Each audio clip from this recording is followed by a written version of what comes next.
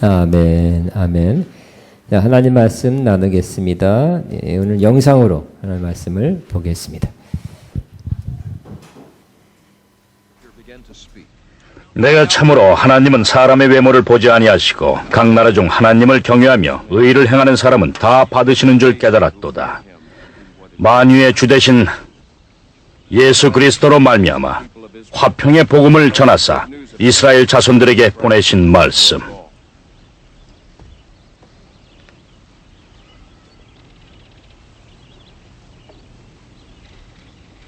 곧 요한이 그 세례를 반포한 후에 갈릴리에서 시작하여 온 유대에 두루 전파된 그것을 너희도 알거니와 하나님이 나사렛 예수에게 성령과 능력을 기름 붓듯 하셨음에 그가 두루 다니시며 선한 일을 행하시고 마귀에게 눌린 모든 사람을 고치셨으니 이는 하나님이 함께 하셨습니다. 우리는 유대인의 땅과 예루살렘에서 그가 행하신 모든 일의 증인이라. 그를 그들이 나무에 달아 죽였으나 하나님이 사흘 만에 다시 살리사 나타내시되 모든 백성에게 하신 것이 아니요 오직 미리 택하신 증인 곧 죽은 자 가운데서 부활하신 후 그를 모시고 음식을 먹은 우리에게 하신 것이라.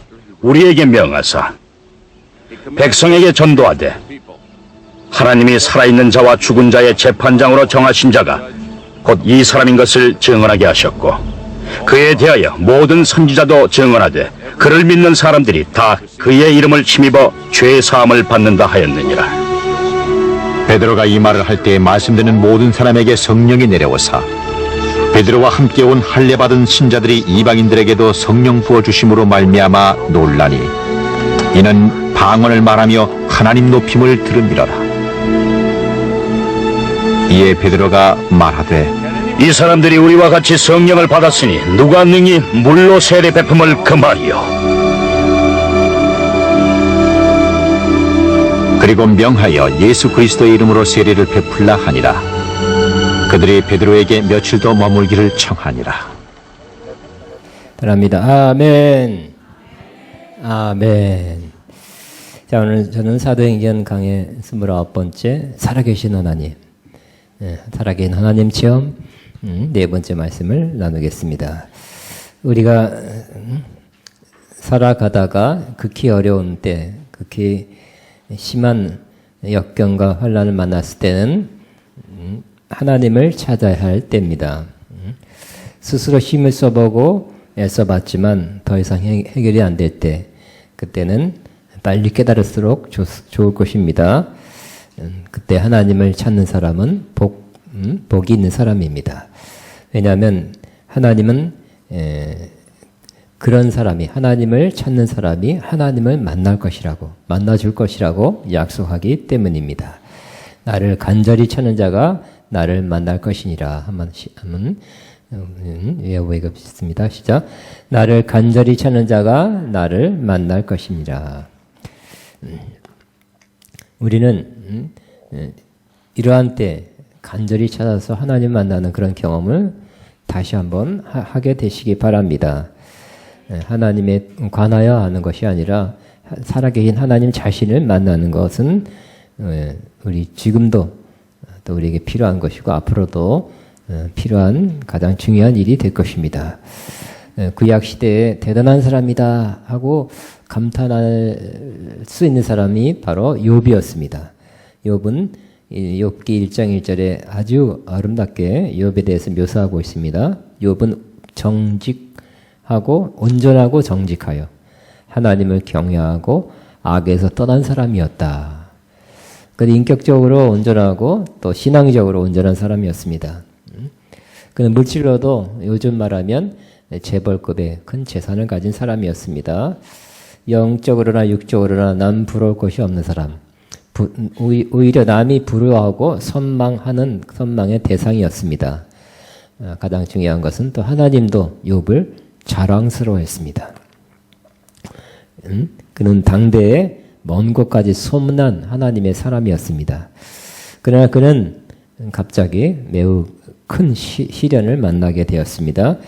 매우 혹독한 시련, 자녀가 한꺼번에 다 죽는다든지 재산이 다 날아가고 부인이 떠나고 자신도 병 걸리는 그러한 혹독한 시련을 맞이했습니다. 짧지 않은 시련이 지속됐습니다. 그렇지만 그 시련의 마지막 부분에 그는 하나님의 방문을 받습니다. 그리고 하나님께 그에게 그 많은 또 시련이 오래되니까 퀘션이 많이 들죠. 왜 하나님께서 하면서 그 마음의 의구심과 또 여러 가지 부정적인 생각이 들 때 그때 하나님이 그에게 나타나서 길게 하나님의 섭리와 역사하심에 대해서 말씀해 주셨습니다. 그는 찾아오셔서 말씀해 주시는 그 사건을 통해서 살아계신 하나님을 경험하게 되었습니다. 그 이후에 욥은 이렇게 고백합니다. 내가 주께 대하여 귀로 듣기만 하였사오나 이제는 눈으로 주를 배움나이다. 하나님에 대해서 그냥 누구를 통해서 경건한 사람, 믿음의 사람 등에서 들었다는 것이 그 당시에는 기록된 그런 성경이 없었을 때 신학자들이 욥기가 가장 먼저 쓴 책이라고 그렇게 말하고 있습니다. 그러니까 아무런 성경책 같은 경전이 없을 때 아마 그 신앙이 입으로 전달돼서 그는 그 듣고서 믿음을 가졌어요. 듣기만 해도 이렇게 큰 하나님의 사람 아름다운 모습을 갖는다는 것도 굉장하죠. 그렇지만 그것도 좋은 거지만 그보다 더 큰 일을 경험했는데 내가 주께 대하여 귀로 듣기만 하였사오나 이제는 눈으로 주를 배움나이다. 저와 여러분도 이런 신앙, 이제는 눈으로 주를 뵙는다. 눈으로 주를 뵙는 신앙으로 여러분이 바뀌게 되기를 바랍니다. 이 육신의 눈이 아니라 마음의 눈입니다. 하나님을 만난 사람들은 꼭 하나님의 형상을 봤다. 눈으로 봤다는 것이 아니라 마음의 눈으로 보는 것입니다. 그러면 나 하나님 봤어. 이렇게 말할 수 있어요. 하나님 봤다니까요. 이렇게 말할 수 있는 사람 또 최근에 또 봤습니다. 그러면 더 좋겠죠. 과거에 언젠가 그때 봤습니다 하는 것도 좋은 일이지만 더 좋은 일은 최근에 주님을 배웠습니다 하고 말한다면 좋은 일이 될 것입니다. 저 하나님을 살아계신 하나님을 만나면 저와 여러분 영혼에 힘을 얻습니다. 뭔가 다시 살아나는 그러한 힘을 얻게 되고 삶이 새로운 차원으로 바뀌게 될 것입니다.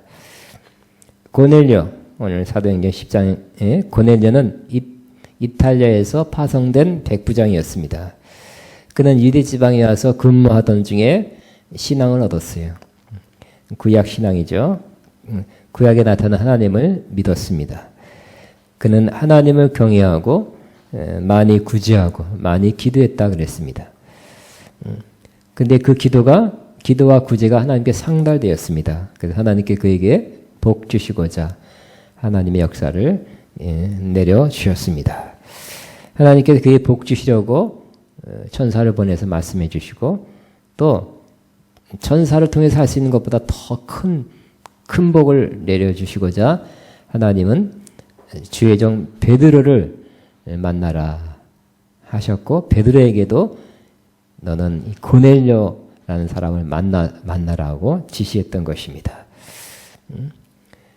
이는 주의 종을 통하여 복을 내려주시고자 함이었습니다. 하나님은 고넬료 자신뿐만 아니라 그의 친척, 친구까지 복을 내려주었습니다. 고넬료 때문에 그의 친척, 친구까지 복을 받는 은혜가 있게 되는데 저와 여러분도 여러분 때문에 여러분 친척, 친구까지 복을 받게 되기를 바랍니다. 베드로처럼 기도한 사람, 항상 기도한 사람, 하나님을 경외하고 또 백성들을 많이 구제하고 항상 기도한다면 여러분은 여러분뿐만 아니라 여러분 주변까지 복을 받게 하는 복의 통로로 사용될 것입니다. 그래서 고넬료는 베드로를 청했습니다. 또 베드로도 하나님께서 환상 가운데 말씀해 주시고 이방인이지만 가라고 명령해 주셨습니다. 그래서 하나님의 그 놀라운 섭리로 하나님의 인도하심으로 베드로는 유대인의 그가 아직도 유대인이기 때문에 이방인한테 가지 않는다는 그런 의식이 있었는데 하나님의 말씀을 듣고 이방인 고넬료 가정에 찾아갔습니다. 두 사람한테 말씀했죠. 베드로를 청하라. 베드로는 고넬료 가정에 가라. 그래서 이 고넬료도 정말 하나님은 살아계신다. 또 인도하신다. 모든 것을 섭리하신다. 다스린다는 것을 느끼게 되었어요. 나한테만 말씀하고 보여준 것이 아니라 베드로 종한테도 말씀하시고 그대로 말씀한 대로 또 베드로에게는 고넬료라는 사람이 또 베드로 아주 구체적인 이름을 대면서 지시했던 것입니다. 하나님이 살아계시고 섭리하시고 인도하는 것을 그는 느끼게 되었습니다.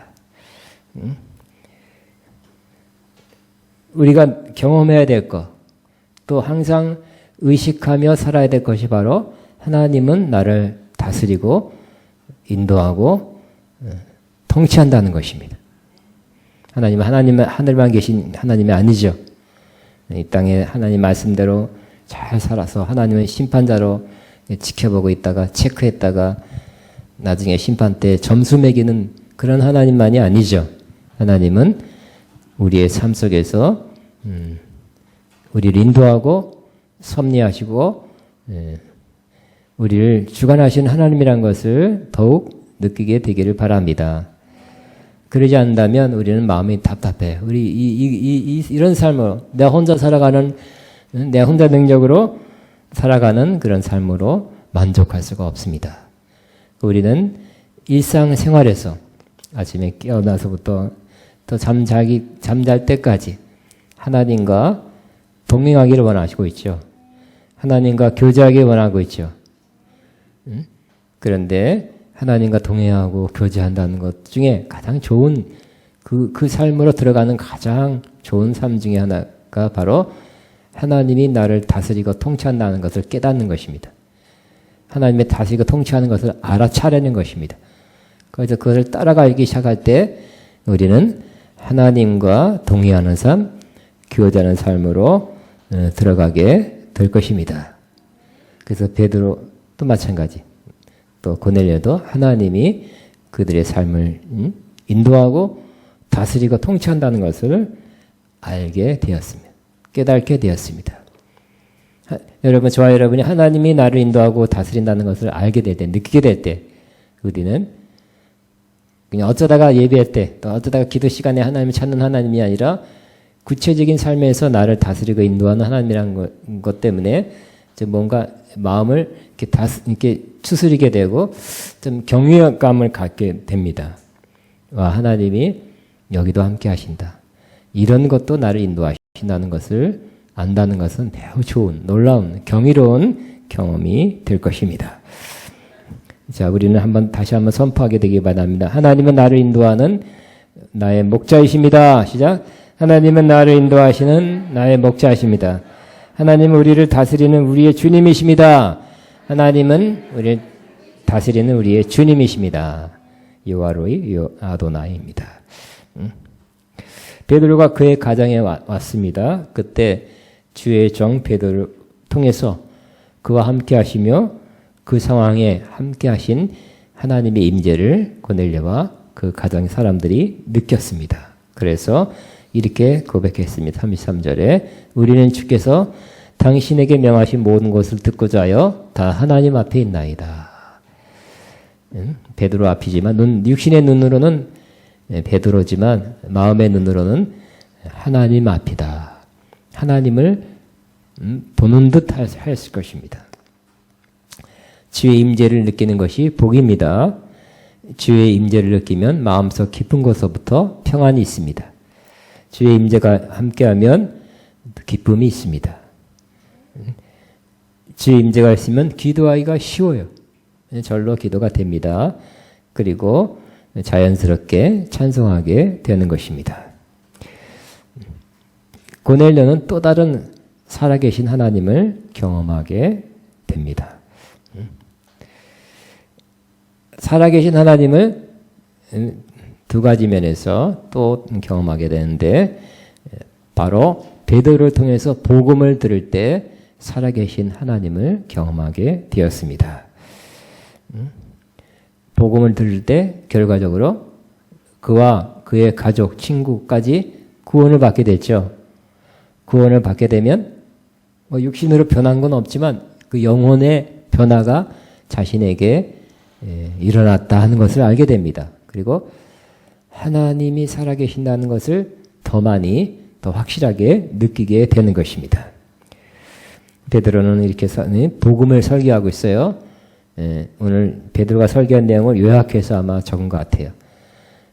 성경에 특별히 사도 바울 서신에 복음에 대해서 설교한 짧게 설교한 부분이 여러 군데 있는 것을 보게 됩니다.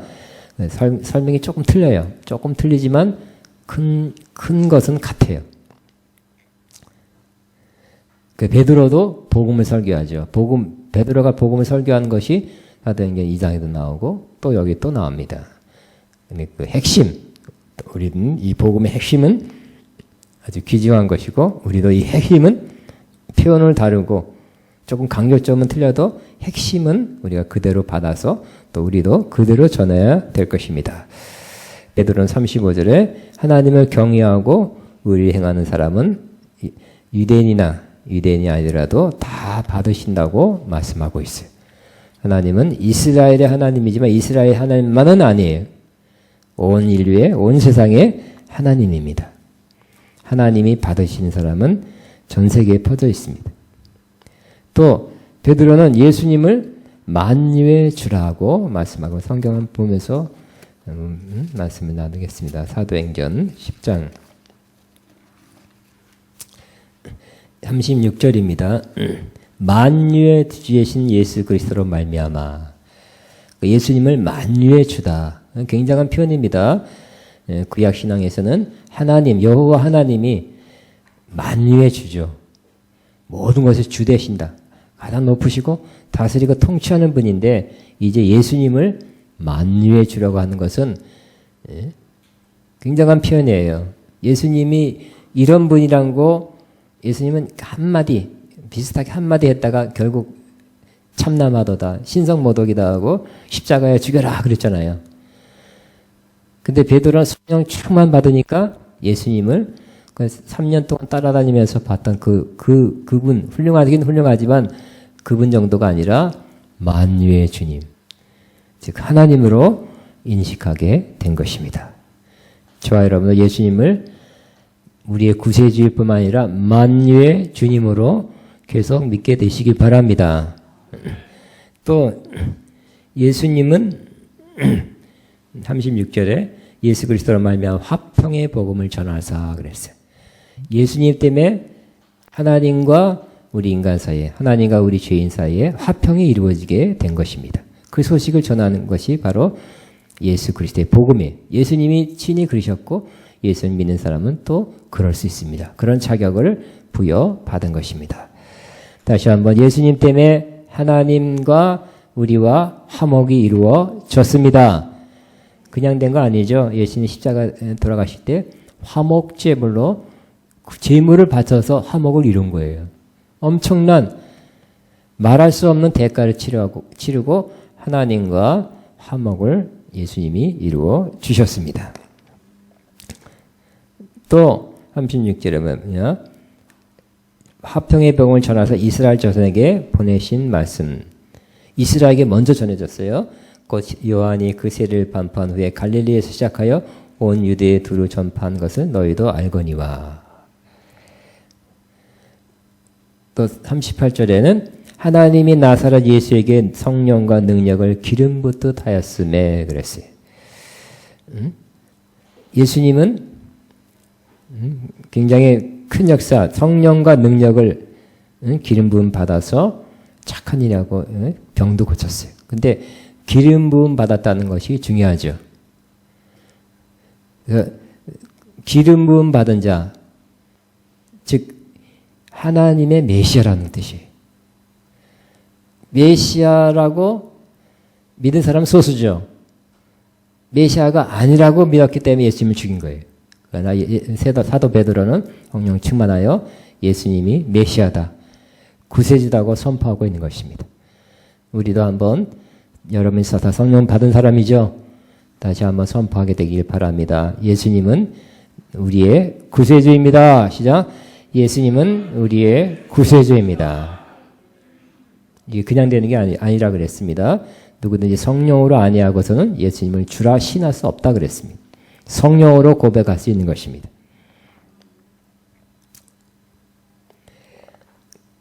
그 성령과 능력으로 기름 붓듯 하였음에 그가 돌아다니며 선한 일을 행하시고 마귀에 눌린 모든 사람을 고치셨으니 이는 하나님이 함께 하심이라. 히브리서 13장 8절에는 예수 그리스도는 어리나 오니라 영원토록 동일하다 그랬습니다.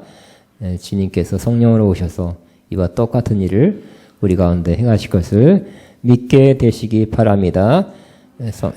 예수님이 성령으로 오셔서 우리 가운데 착한 일을 행하시고 마귀에 눌린 모든 자를 자유케 하고 치유하는 역사가 계속 있기를 바랍니다.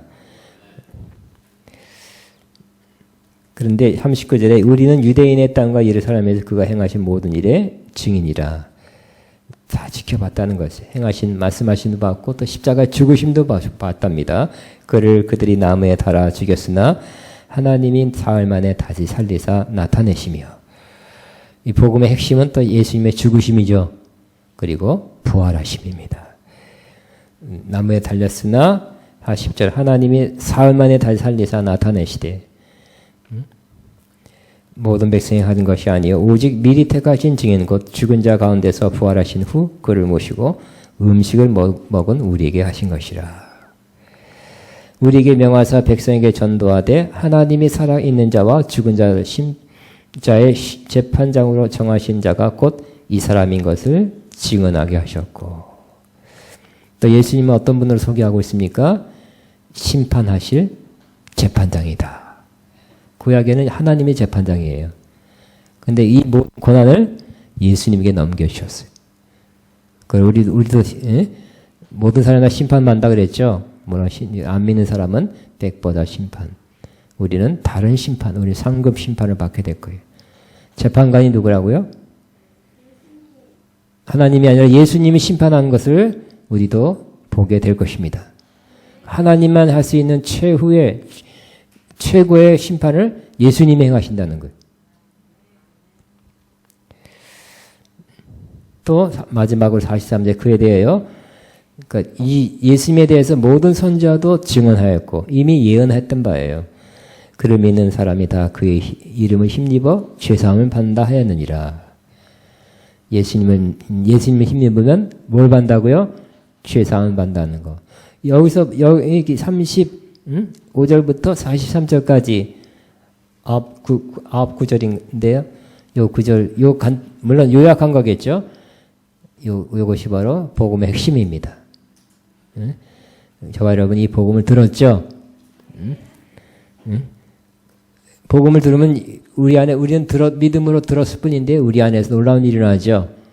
성령님이 역사합니다. 그래서 우리에게 죄사함을 주고 또 물과 성령으로 우리를 거듭나게 해요. 그래서 우리는 하나님의 자녀로 태어나게 돼요. 다시 태어나게 돼요. 새로운 피조물, 새로운 존재가 되는 것입니다. 뭘 통해서? 복음을 통해서. 이 복음이 간단하잖아요. 근데 어떻게 해서 이런 일이 내가 막 물과 성령으로 거듭나고 구원받고 하나님의 자녀가 되고 이 놀라운 일이 어떻게 일어날까요? 이해는 안 돼요. 다 납득은 할 수 없어요. 그러나 이 복음을 전할 때 사람들이 그런 변화를 받게 된다는 거예요. 구원받고 죄사함 받고 하나님의 자녀가 되고 영생을 얻고 저는 새로운 존재, 새로운 피조물이 된다는 거예요. 그 때문에 이 복음은 뭐가 있어요? 능력이 있습니다. 하다 봐도 그래서 내가 복음 부끄러워하지 아니하노니 이 복음은 우리에게 믿는 자에게 구원을 주시는 하나님의 능력이 됨이라 그랬어요. 복음은 예수님이 당신들을 위해서 십자가에 죽으시고 부활했다는 더 간단하게 요약하면 그거잖아요. 근데 그것이 어떻게 구원을 주는가 하는 건 다 이해 못해요. 그러나 구원을 줍니다. 영생을 줍니다. 죄사함을 줍니다. 이제 저와 여러분도 이 복음을 들었죠? 복음 듣고 구원받게 됐어요. 이 역사가 일어나게 됐어요. 이제 이 복음을 전하는 그 자격을, 권한을 저와 여러분에게 주셨다는 것을 다시 깨닫고 이 사명 감당하게 되시기 바랍니다. 근데 아멘 했지만 잘 안 하죠. 잘 안 하는 게 문제야. 요즘 저 신천지 사태 보면서 연일 한 달간인가요? 신천지가 주인공 같아요. 매스컴의 주인공 같아요. 신천지에 대해서 신천지 때문에 뭐 그런 얘기 많이 들었지만 또 저는 다른 면에서 봤습니다. 작년에도 많이 신천지가 굉장히 많은 것 같아요. 어떤 몇십만이더라고요. 아직 몇십만인데 그래도 작년에 신천지가 뭐 40몇만 뭐 그런데요. 근데 작년에 뭐 10만 명이 늘어났다나 엄청나죠? 한 20% 성장한 것 같아요. 굉장한 것 같아요. 어떻게 그럴 수 있을까? 신천지 요즘 가끔씩 저렇게 편지가 와요. 주소 넣고 그냥 구도자 뭐 이렇게 진리를 찾는 사람 이래놓고 그게 다 그 발신자야. 그리고 교회 주소라고 어떻게 알아가지고 아가페 영광교회 김태진 목사 이렇게 와요. 뭐야? 그걸 열어보면 신천지에서 뭐 이렇게 누구 지파라 그러잖아요. 지파에 누가 이렇게 쓴 것 같아요. 그것도 그냥 손으로 안 쓰고 컴퓨터 타자 쳐서 왔는데 한 줄 두 줄만 읽으면 이건 신천지고 이건 이상하다. 말도 안 된다. 이거 필요가 없어요. 응? 이상해요. 분별이 돼요. 그런데 어떻게 그러한 잘못된 성경 해석, 잘못된 진리 체계를 가지고 어떻게 성장하는가, 증가하는가에 대해서는 굉장히 퀘스천이에요. 어떻게 그렇게 증가할까? 하여튼 이번에 또 뭐 신천지 뭐 사진도 봤는데 뭐 막말 막 몇만 명인가 막 모여가지고 뭐 거의 그 과정을 졸업했다고 까만 졸업 가운 입고 막 기뻐하고 모자 날리고 하는 것도 봤어요. 사진으로. 굉장히 많더라고요. 그리고 뭐 정부 종합청사에 있는 사람도 꽤 들어가요. 남자들도 꽤 있고. 특별히 젊은이들도 많아. 우리가 젊은이들을 교회 안 오게 하지 않으면 글로 갈 것 같아요. 젊은이들 많아요. 어떻게 이렇게 잘못된 교회를 가지고 잘못된 성경 해석을 가지고 사람들 많이 모을 수 있을까 하면서 우리 반성하게 됐어요. 우리는 바른 성경 해석, 바른 진리 체계, 바른 교리를 가지고도 한국교회 전체적으로 보면 정체 내지는 침체라고 그러잖아요. 왜 그럴까? 많이 반성하게 되었습니다. 그러면서 이들은 여러 가지 조직, 뭐 철전 운영, 그런 또 교육도 뭐 누구 끝나면 누가 오고, 누가 끝나면 누가 오고 막 굉장히 조직적이더라고요. 그런 체제, 조직, 뭐 그런 운영이 그렇게 하지 않았나 하는 생각을 했습니다. 우리는 복음이 우리한테 있습니다.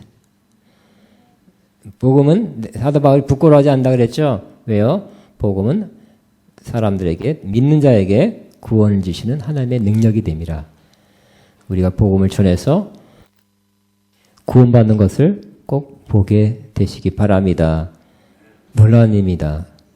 그 복음을 듣고 구원받는 사람은 살아계신 하나님을 체험하게 되고 전하는 사람도 하나님이 이 짧은 복음을 통해서 사람을 내가 나누는 이 복음을 통해서 구원시킨다 하는 것을 느끼고 하나님, 살아계신 하나님에 대해서 감사, 찬송, 영광 돌리게 될 것입니다. 이렇게 베드로가 고넬료 가정에 복음을 전파했어요. 그러니까 곧 무슨 일이 났습니까? 그 복음을 받아들였죠. 그리고 믿었어요. 믿으니까 그 다음에 바로 여러 가지 것이 한꺼번에 왔는데 복음을 듣고 믿고 구원받고 나서 뭐가 임했어요? 바로 성령이 임하게 됐어요. 오늘 사도행전 44절에 베드로가 이 말을 할 때 성령이 말씀 듣는 모든 사람에게 내려오시니 베드로와 함께 온 할례 받은 신자들이 이방인에게도 성령 부어짐으로 말미암아 놀라니 이는 방언을 말하며 하나님 높임을 들음이라 그랬어요. 그래서 베드로가 이르되 이 사람이 우리와 같이 성령을 받았으니 누가 능히 물로 세례 베품을 그 말이요. 여러분 복음을 들으니까 복음은 진리의 말씀이죠. 진리의 말씀을 잘 믿음으로 받아들이니까 성령 충만 받았어요. 성령으로 세례 받았어요. 여러분 살아계신 하나님을 가장 느끼는 것, 실제적으로 느끼는 것은 성령 충만할 때예요. 다른 말로 하나님 임재, 다른 말로 성령 충만을 받으면 살아계신 하나님을 느끼게 돼요. 베드로는 복음을 전하는 설교를 했고 하나님은 성령으로 그들에게 임하였던 것입니다. 저는 이 모습 또 이것뿐만 아니라 이런 장면이 성경에 많이 나오는데 복음에 대해서 강의를 들었다, 세미나를 들었다. 그게 아니죠. 복음을 전하고 복음을 들어서 그 안에 역사가 일어나고 구원을 받게 됐어요. 뿐만 아니라 성령까지 받게 됐어요. 순서가 좀 바뀌었지만 그 다음에 물세를 받았어요. 순서가 너무 갑자기 돼가지고. 저는 오래전부터 제가 늘 사모하는 것이 제가 말씀을 전하는 그때가 그냥 강의하는 세미나 하는 현장이 아니라 하나님이 역사하는 그런 현장 되기를 사모하고 있습니다. 꼭 그렇게 기도해 주시고 또 중보 기도해 주시고 오시기 바랍니다. 저는 오래전에 아주 오래전에 목회 초기 때 성령 강림 주일에 그 성령 강림 주일은 뭘 설교하겠어요? 성령에 관한 설교했겠죠. 그런데 우리 성도 중에 하나가 그냥 설교를 듣고 성령 충만 받고 방언이 터져 나왔어요. 그냥 설교 중에 터져 나왔어요. 그때부터 이후로 항상 그런 건 아니에요. 그러나 저도 격려가 됐어요.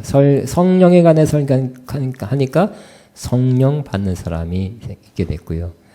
치유에 관해 설교하니까 치유 받는 사람이 나오기 시작했고, 축복에 관한 설교를 하면 축복 받는 사람이 나오고,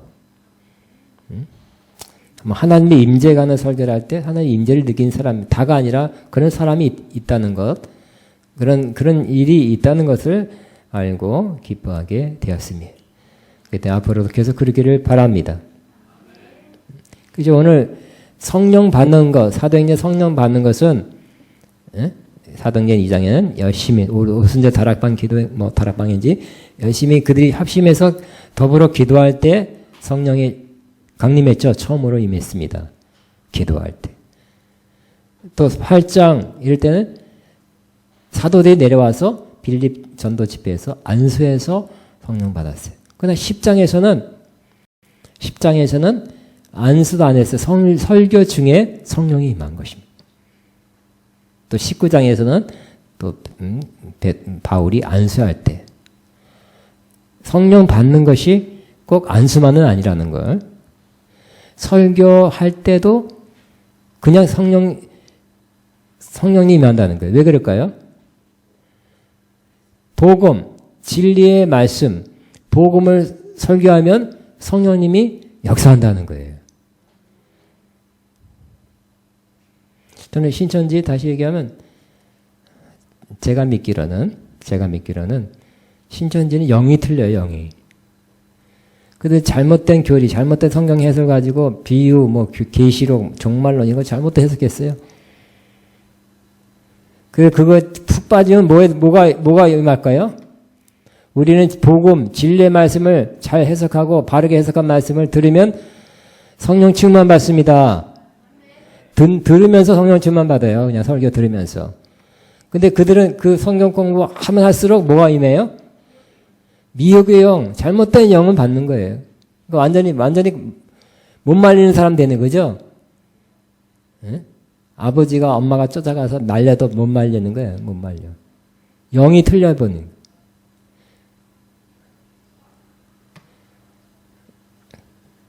거예요. 소개한 적이 있습니다. 어떤 중령 예편한 사람이 군대 생활할 때부터 뭐 관심이 있냐? 주역, 예? 점 치는 거 좀 관심이 있었대. 그거 짬짬이 많이 읽었대요. 그러니 제대하게 됐는데, 그분이 그런 걸 많이 읽으니까 자기도 모르게 뭐가 임했어요? 점치는 영이 임했다는 거예요. 그래서 버스를 탔는데 누가 딱 올라오는데 점괘가 탁 나오더래. 여러분, 그런 책을 읽으면 그런 영이 임해요. 잘못된 해석, 성경 해석, 잘못된 교리를 들으면 또 그런 영이 임해요. 바르게 성경 해석하고 바르게 진리의 말씀을 설교하는 것에, 가르치는 것에 그 말씀을 들으면 성령이 임하는 거예요. 성령이 임하는 걸 보고 성령 받은 자체가 기쁨이고 은혜고 뭐 하나님의 복이죠. 그렇지만 설교할 때 성령이 임하는 법은 그 설교가 바른 거예요. 진리 잘 전한 거예요. 잘 해석한 거예요. 아멘입니까? 그가 참된 말씀을 바르게 전한다는 것은 하나의 사인으로도 볼 수 있어요. 아멘. 제가 목회 초기에 처음에 성령에 관해 전하니까 성령 받는 사람 생기고, 치유에 관해 하니까 안수 안 할 때 치유가 일어나는 사람도 있었고, 저 역시 21살 때 4살 때부터 군대 신앙생활을 했지만 어느 한국의 유명한 목사님 교회에 그때 다녔는데, 수요일 날 설교 듣다가 성령이 임했어요. 안수 받는 게 아니라 설교 듣는데 은혜가 됐어요. 특히 예수님에 관해 설교할 때 은혜가 되고 감동이 되고 너무너무 감동이 돼서 할렐루야를 하는데 할렐루야가 안 되고 막 혀가 꼬부라지면서 방언이 터져 나오겠어요. 저 역시 그래요.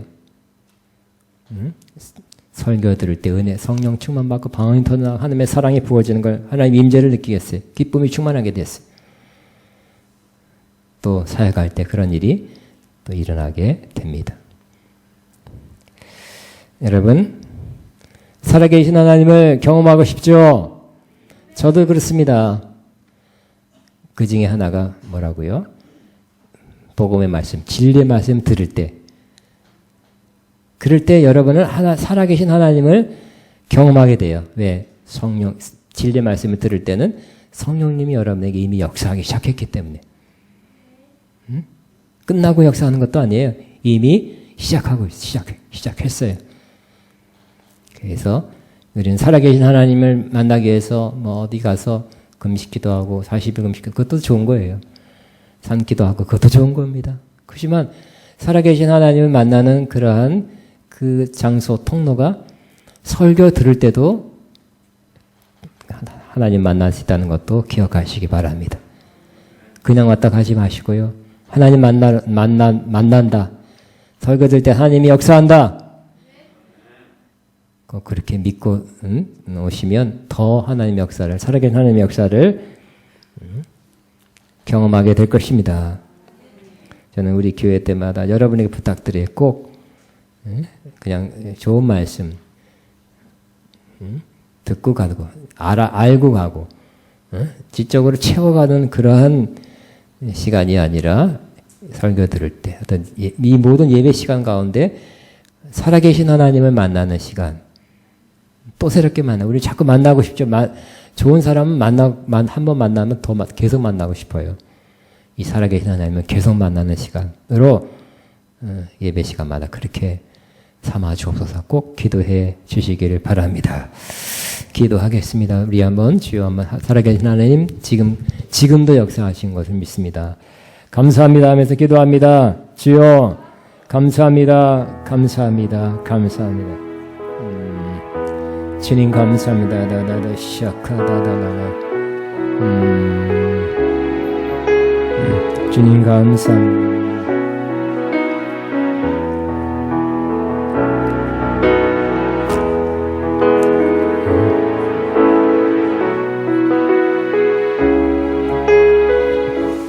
일어나시기 바랍니다. 일어나셔서 생명과 박권이 찬양하고 축도로 마칩니다.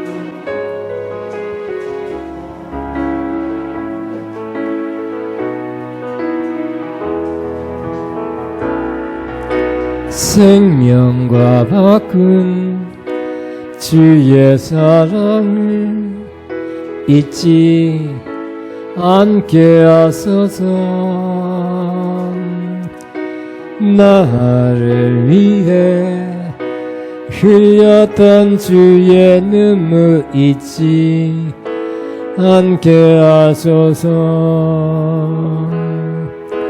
주의 긍휼과 주의 선하심 내가 익상하오니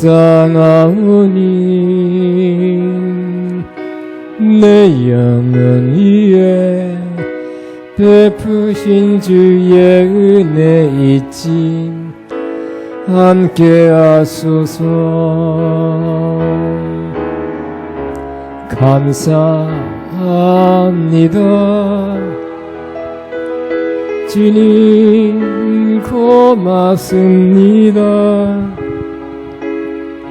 그 사랑 때문에 은혜 때문에 주 앞에서 예배합니다.